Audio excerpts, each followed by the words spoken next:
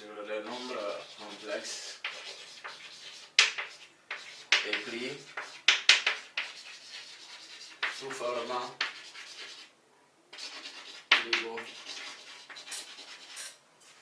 trigonométrique.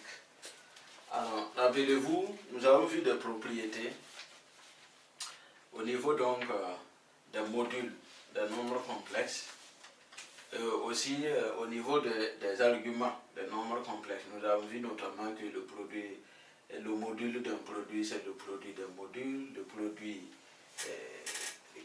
des arguments, ça transforme ça en une somme d'arguments, ainsi de suite. Donc en utilisant les mêmes propriétés, nous pouvons écrire un nombre complexe sous forme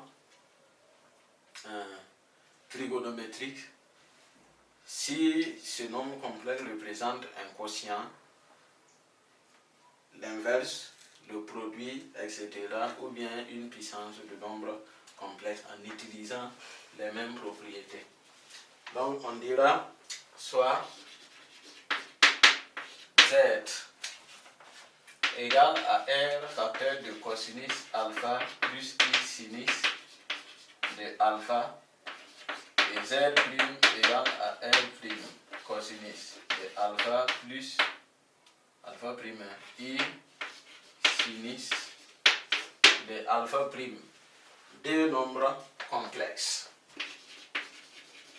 Deux nombres complexes écrits sous forme exponentielle. On n'a pas besoin de ça. Deux nombres complexes écrits sous forme trigonométrique plutôt, pas exponentielle. Alors, comment écrire?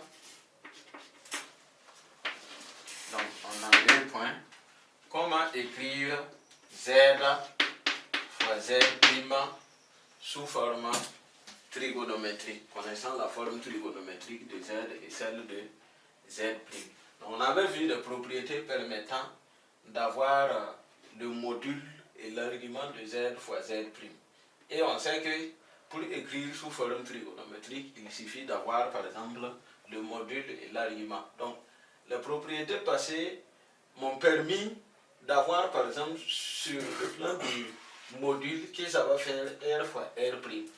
Et l'argument, on dit que ça transforme l'argument en une somme. Donc ici, alpha fois alpha prime. Donc, qu'est-ce que ça veut dire?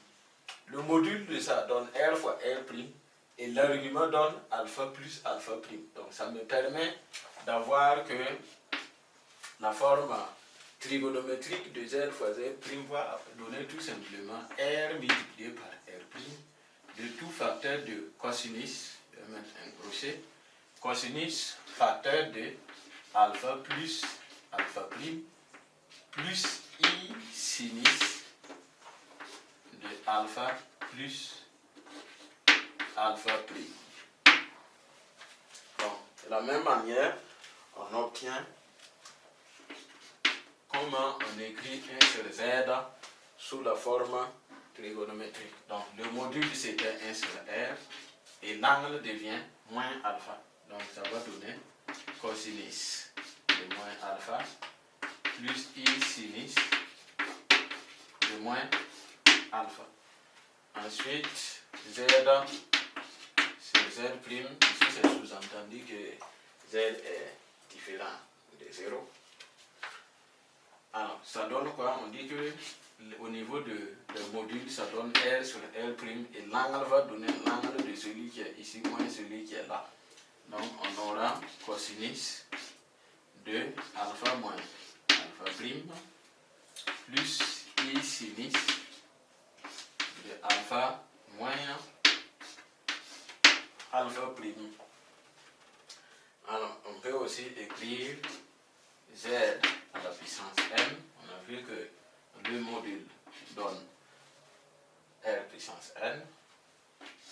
Et l'angle, on a dit que l'angle multiplie pour donner n arguments de Z. Donc ici, l'angle devient n alpha. Donc cosinus de n alpha plus I sin de n alpha, tout simplement. Donc voici comment effectuer des calculs sur les nombres complexes lorsqu'ils sont écrits sous forme trigonométrique. Donc, après avoir vu les formes trigonométriques et les opérations concernant les formes trigonométriques sur les nombres complexes, nous allons voir une autre forme de nombre complexe qui est la forme exponentielle en grand 4.